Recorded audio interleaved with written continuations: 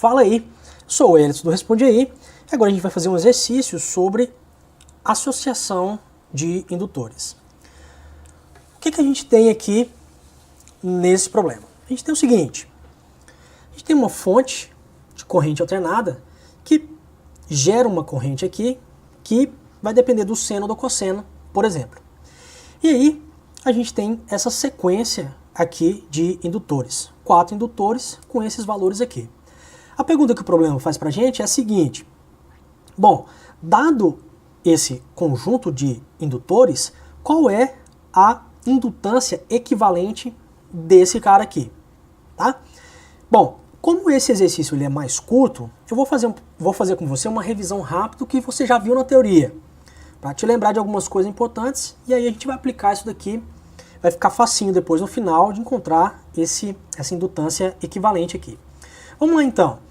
A gente viu duas possibilidades de associar os indutores. A primeira delas foi uma associação que a gente chamou de indutores em série. Como é que fica esse caso?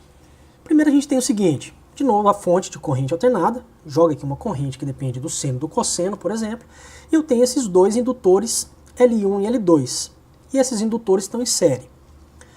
Bom, se esses indutores estão em série, o que acontece aqui?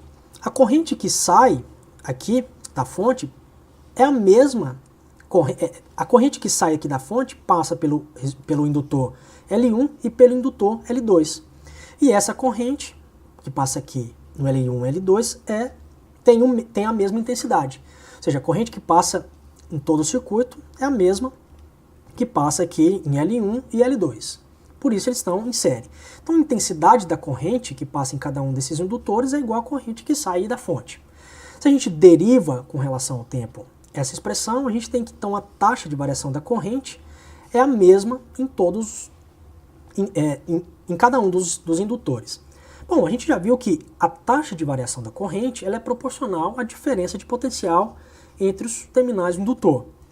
E aí, o que a gente quer aqui? A gente quer encontrar, então, qual é o indutor equivalente que eu posso substituir, por exemplo, colocar no lugar desses dois, que vai ser equivalente a esses dois, ok?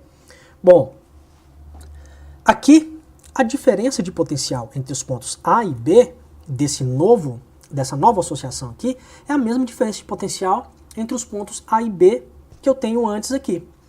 Nesse novo caso aqui, a diferença de potencial entre os pontos A e B é menos essa indutância equivalente vezes a taxa de variação da corrente.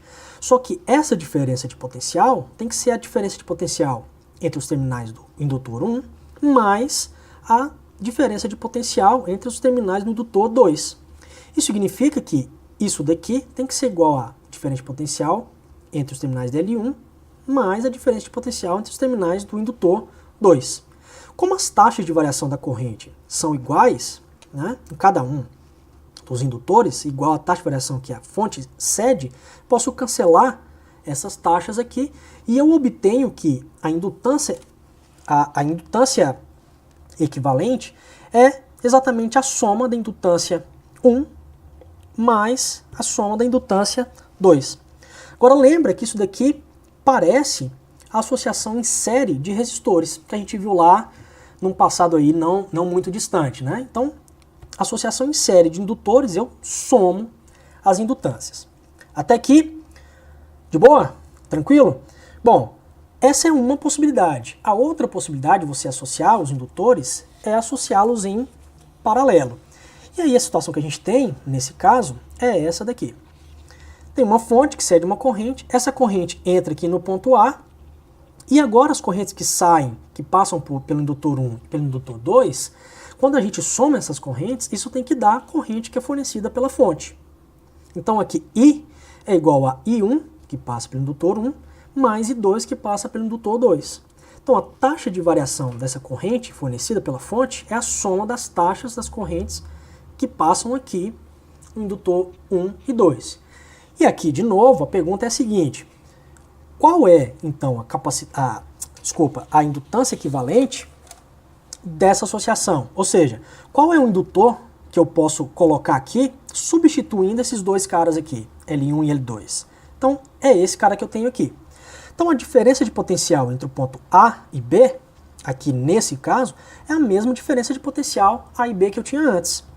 Então com isso eu posso escrever o seguinte: a diferença de potencial entre A e B é o produto de menos a indutância equivalente vezes a taxa de corrente que passa, que a fonte fornece aqui.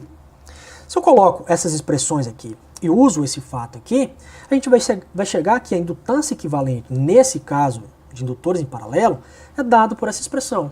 Isso daqui te lembra de novo que o caso que a gente tinha resistores em paralelo.